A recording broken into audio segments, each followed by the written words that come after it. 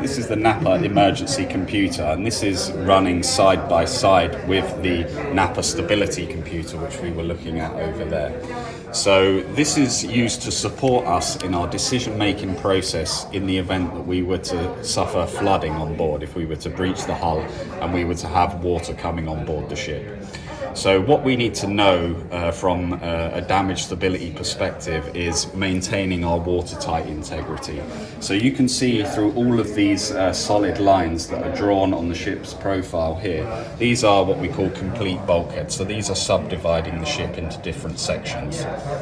And the green lines that you see, this is actually a live indication for the status of the watertight doors.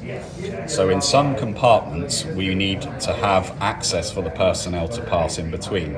So this is our forward engine room, and this is our aft engine room. And for practical purposes, people need to pass between, but also we need to maintain the damage stability of the vessel. So in the event that we did suffer flooding, we would be able to make sure that this is completely closed off, so that we wouldn't suffer flooding into progressive compartments and jeopardize the ship. So I can see in real time what the status is of all of the watertight doors on board.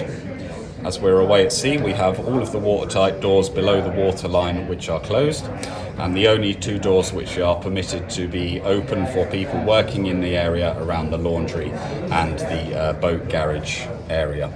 So what this will do in the event that we did have a flooding, what you can see on the left-hand side of the screen over here, you can see our vulnerability condition, which is basically based on the factors which I just discussed with regards to the watertight doors on board. So this is showing us a green condition because all of our main watertight doors below the waterline are closed. So from a vulnerability perspective, if we were to suffer flooding, we would have complete isolation of the ship.